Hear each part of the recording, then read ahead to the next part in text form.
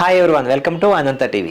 తెలుగువారి కళల్లో ఎక్కువగా ఎదురు చూసే పండుగల్లో సంక్రాంతి ఒకటి. హిందువులంతా పెద్దల నుండి పిన్నల వరకు అత్యంత ప్రీతిపాత్రంగా ఆచరించే పండుగలలో సంక్రాంతి ప్రముఖ స్థానం సంపాదించుకుంది. ఇది పుష్యమాసంలో సూర్యుడు మకర రాశిలో ప్రవేశించిన పుణ్యదినం. ఈ సంక్రాంతిలో సం అంటే మిక్కిలి, క్రాంతి అంటే అభ్యుదయం. మంచి అభ్యుదయాన్ని ఇచ్చు క్రాంతి కనుక దీన్ని సంక్రాంతిగా పెద్దలు వివరణ చెబుతూ మకరం అంటే మొసలి, ఇది పట్టుకుంటే వదలదు అని మనకు తెలుసు. కానీ మానవుని యొక్క ఆధ్యాత్మిక మార్గానికి అడుగడుగున అడ్డు తగులుతూ మోక్ష మార్గానికి అనర్హుని చేయటంలో ఇది అందవేసిన చేయి. అందువల్ల ఈ మకర సంక్రమణం పుణ్య దినాలలో దీని బారి నుండి తప్పించుకునేందుకు ఒకటే మార్గం, అది ఎవరికి వారు యథాశక్తి లేదు అనకుండా దాన ధర్మాలు చేయటే మంచిదని శాస్త్రకోవిదులు చెబుతూ ఉంటారు. అలా కేవలం అప్పుడే కాకుండా నిత్య జీవితంలో కూడా దాని బారి నుండి పడకుండా చూసుకుంటూ ఉండాలి కదా.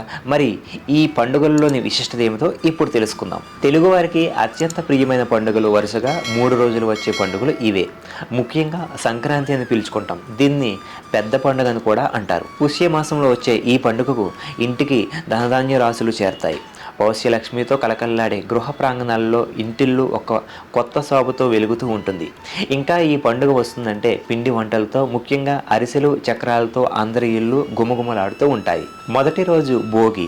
ఇది జనవరి 13న వస్తుంది. ఈ రోజున ఉదయం తెల్లవారకు ముందే అంటే 3:30 నుంచి 4 గంటల మధ్యలో అందరూ నిద్రలేచి భోగి మంటలు వెలిగిస్తారు. దీన్ని సంవత్సరంలో ఆ కాలంలో ఉండే చలి పాలద్రోలటానికి కాక ఇంకో సందర్భంగా కూడా జరుపుకుంటూ ఉంటారు. ఇంట్లో ఉండే పాత చిపుర్లు, తట్టలు, విరిగిపోయిన బల్లలు వగైరాలు వదిలేసి భోగి మంటల్లో వేసి కొత్త వాటితో నిత్య నూతన జీవితం ఆరంభించడానికి గుర్తుగా కూడా ఈ రోజున భోగి మంటలు వెలిగిస్తారు. సాయంత్రం పూట చాలా ఇళ్లలో చిన్నపిల్లలు బొమ్మల కొలువులను ఏర్పాటు చేస్తారు. బొమ్మల కొలువుల్లో పిల్లలు తమ దగ్గర ఉన్న వివిధ రకాల ఆట వస్తువులను ప్రదర్శనగా ఉంచి ఆనందిస్తారు.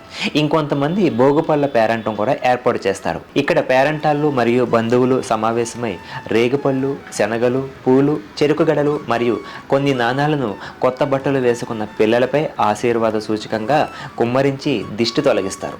ఈ పేరంటానికి వచ్చిన వారికి తాంబూలాలతో పాటు పట్టుబట్టలు, పసుపు, కుంకుమలు పెట్టడం ఆనవాయితీ. పంట చేతికొచ్చిన ఆనందంలో ఇళ్లకు అల్లులని, కూతుళ్ళని ఆహ్వానిస్తారు. రెండో రోజు మకర సంక్రాంతి. సూర్యుడు మకర రాశిలో ప్రవేశించే శుభదినం. ఈ పండుగకు కొత్త శోభ తీసుకురావడానికి వారం 10 రోజుల ముందే ఇళ్లకు సున్నాలు, రంగులు వేయటం ఆనవాయితీ. సంక్రాంతి రోజున పాలు పొంగించి దానితో మిఠాయిలు తయారు చేస్తారు. దాదాపుగా అందరి ఇళ్లలో అరిసెలు, బొబ్బట్లు, జంతికలు, సకినాలు, పాలతాలికలు, సేమియా పాయసం, పరమాన్నం, పులిహోర, గారెలు మొదలైన వంటకాలు చేసి కొత్త బట్టలు ధరించి ఈ పండుగను ఆనందిస్తారు.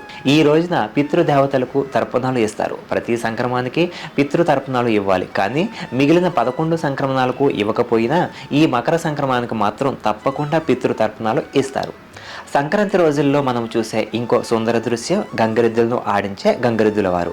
చక్కగా అలంకరించిన గంగరెద్దులను ఇంటింటికి తిప్పుతూ డోలు, సన్నాయిలు, రాగాలకు అనుగుణంగా వాటి చేత చేయించే నృత్యాలు చూడడానికి చాలా రమణీయంగా ఉంటాయి. ఆ గంగరెద్దులు మనం ఇచ్చే కానుకలను స్వీకరిస్తున్నట్లుగా తలలు ఊపుతూ ధన్యవాదాలు తెలుపుతున్నట్టుగా మోకాళ్ళ మీద వంగటం వంటి విద్యలు వాటికి నేర్పిస్తారు. అయ్యగారికి దండం పెట్టు, అమ్మవారికి దండం పెట్టు అంటూ గంగరెద్దుల వాళ్ళు సందడి చేస్తూ కొత్తగా వచ్చిన ధాన్యాన్ని అడుక్కుంటారు. హరిలో రంగ హరి అంటూ నడినెత్తిపై నుంచి నాసిక దాకా తిరుమల పట్టెలతో కంచు గజ్జలు గల్లు గల్లుమంటూ చిందులు త్రొక్కుతూ చేతుల్లో చిరుతులు కొడుతూ కోడిగుడ్డు లాంటి బోడితలపై రాగి అక్షయ పాత్ర కదలకుండా హరిదాసు ప్రత్యక్షమవుతాడు. మూడో రోజు కనుమ. దీన్నే పశువుల పండుగను కూడా పిలుస్తారు. తమ చేతికొచ్చిన పంటను తామే కాక పశువులు, పక్షులు పాలు పంచుకోవాలని పిట్టల కోసం ధాన్యపు కంకులు ఇంటి గుమ్మాలకు కడతారు. పల్లెల్లో పశువులే గొప్ప సంపద. అవి ఆనందంగా ఉంటే రైతుకు ఉత్సాహం. పంటల్లో వీటి పాత్ర ఎంతో ఉంది. వాటిని ప్రేమగా చూసుకునే రోజుగా కనుమను భావిస్తారు. గొబ్బెమ్మల పూజ, గంగరెద్దుల హడావిడి, హరిదాసుల రాకడ, కోడి పందాలు, ఎడ్ల పందాలు, బంతిపూల తోరణాలు, కొత్త జంటల వ్యవహారాలు ఎంతో ఆహ్లాదకరంగా కనిపిస్తాయి. ఇంతటి విశిష్టమైన పండుగ ఎంతో శోభలు తిలకించాలి అంటే గ్రామసీమలే పట్టుకొమ్మలు.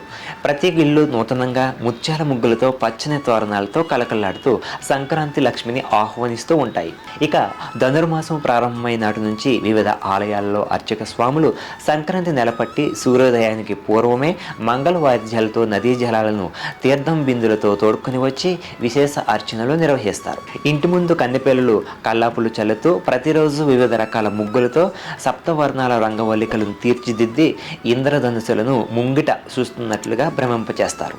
ఇంత చక్కని ఆనందాన్ని మనకు అందించే సంక్రాంతి పండుగలు మనం జరుపుకొని మహారాణిలో వచ్చే ఆ సంక్రాంతి లక్ష్మీ పండుగను మన ముంగిటిలోకి ఆహ్వానం పలుకుదాం.